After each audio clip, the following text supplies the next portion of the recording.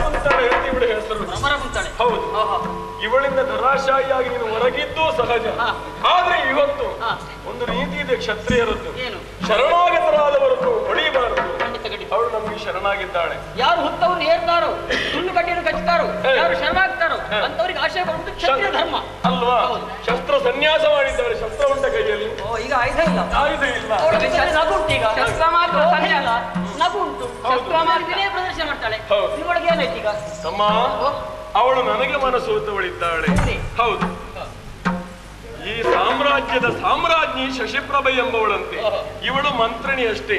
ನಮ್ಮ ಪಕ್ಷಪಾತಿಯಾಗಿ ಇವಳು ಸೇರಿದ ಬೆಸೆಯಿಂದಲಾಗಿ ಮುಂದಕ್ಕೆ ನಮಗೆ ಪ್ರಯೋಜನ ಆಗಬಹುದು. ಆದ ಕಾರಣ ಅವಳನ್ನು ನೀನು ಶಿಕ್ಷಿಸಬೇಕಾದ, ಕಡಿಯಬೇಕಾದ ಅವಶ್ಯಕತೆ ಇಲ್ಲ. ಇವಳಿಂದ ಎಲ್ಲ ವಿಚಾರವನ್ನು ಕೇಳಿ ತಿಳ್ಕೊಳ್ಳೋಣ. ಮುಂದಕ್ಕೆ ಏನಾಗುತ್ತದೆ ಅಂತ ನಾವು ನೋಡೋಣ. ಎಲ್ಲ ಮಾತಾಡೋಣ.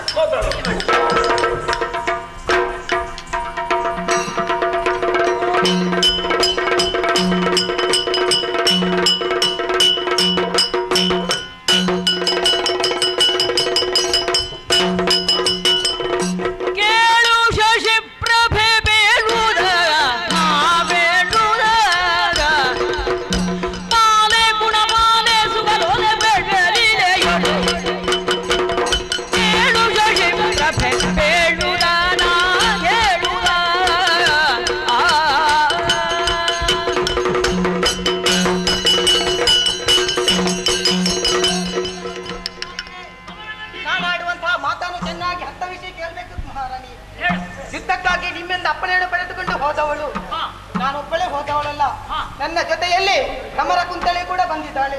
ನಾನು ಇರುವ ಪುರುಷರಲ್ಲಿ ಯುದ್ಧವನ್ನು ಮಾಡುವಂತಹ ಸಂದರ್ಭದಲ್ಲಿ ನಾನು ಭ್ರಮರ ಕುಂತಳೆ ಎಲ್ಲಿ ಎಂಬುದಾಗಿ ಹುಡುಕಾಡಿದೆ. ಈ ಸಂದರ್ಭದಲ್ಲಿ ಒಬ್ಬ ಅಣ್ಣನ ಜೊತೆಯಲ್ಲಿ ಈಕೆ ಮಾತನಾಡ್ತಾ ಇದ್ದಾಳೆ. ಅಷ್ಟು ಮಾತ್ರವಲ್ಲ, ಈಕೆ ನನ್ನನ್ನು ಮದುವೆ ಆಗಬೇಕು, ಪ್ರೇಮ ಭಿಕ್ಷೆಯನ್ನು ಕೊಡಬೇಕು ಎನ್ನುವಾಗಿ ಹೇಳ್ತಾ ಇದ್ದಾಳೆ.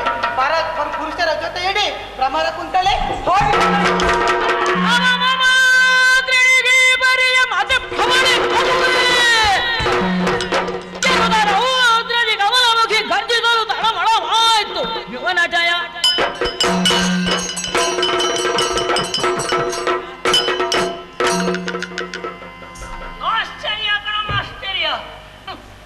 ಏನನ್ನು ಕೇಳುತ್ತಾ ಇದ್ದೇನೆ? ಭ್ರಮರ ಕುಂತಳೆ ಹೀಗೆ ಮಾಡಬಹುದು ಅಂತ ನಾನು ಕನಸಿನಲ್ಲಿ ಎಣಿಸಿದವಳಲ್ಲ. ನನ್ನಿಂದ ಆಜ್ಞೆಯನ್ನು ಪಡೆದು ಹಾಗೆ ಧೈರ್ಯವನ್ನು ಹೇಳಿ ಸಮಾಧಾನಗೊಳಿಸಿ ಯುದ್ಧಕ್ಕೆ ತೆರಳಿದವಳು. ಶ್ರೀರಾಜ್ಯದ ಗೌರವ ಉಳಿಸ್ತೇನೆ, ನಿನ್ನ ಮರ್ಯಾದೆಯನ್ನು ಉಳಿಸ್ತೇನೆ, ನಾವೆಲ್ಲ ಇರುವಾಗ ಮಹಾರಾಣಿಯಾದ ನೀನು ತೆರಳುವುದು ಉಚಿತವಲ್ಲ ಹೀಗೆ ಹೇಳಿ ಹೋದವಳು ರಾಜ್ಯದ ಕಡೆಗೆ ಕೊಡಲು ಪಡೆದು ಹಾಗೆ ಮಹಾರಾಣಿಯಾದ ನನ್ನ ಗೌರವವನ್ನು ಕಳೆದು ಶ್ರೀರಾಜ್ಯಕ್ಕೆ ಅಪಮಾನ ಮಾಡಿ ಆ ಪರಪುರುಷನ ಜೊತೆಯಿಂದ ಬಿಡಬಾರದು. ಅವಳನ್ನು ಎಳೆದು ಕೈಸಬೇಕಾಗಿದೆ. ಹಾಗಾದ್ರೆ ಯೋಚಿಸುವುದಲ್ಲ, ಕಷ್ಟ ಕಾಲದಲ್ಲಿ ಅವನಿಗೆ ಸಹಾಯ ಮಾಡುವುದಕ್ಕೊಬ್ಬನಿದ್ದಾನೆ.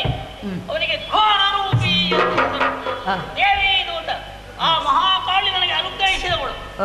ಕಷ್ಟ ಕಾಲದಲ್ಲಿ ಸಹಾಯ ಮಾಡು ಎಂಬ ಹಾಗೆ ಅವನು ಈ ರಾಜ್ಯದೊಳಗಿಲ್ಲ, ಎಲ್ಲೋ ಪಾತಾಳದಲ್ಲಿದ್ದಾನೆ.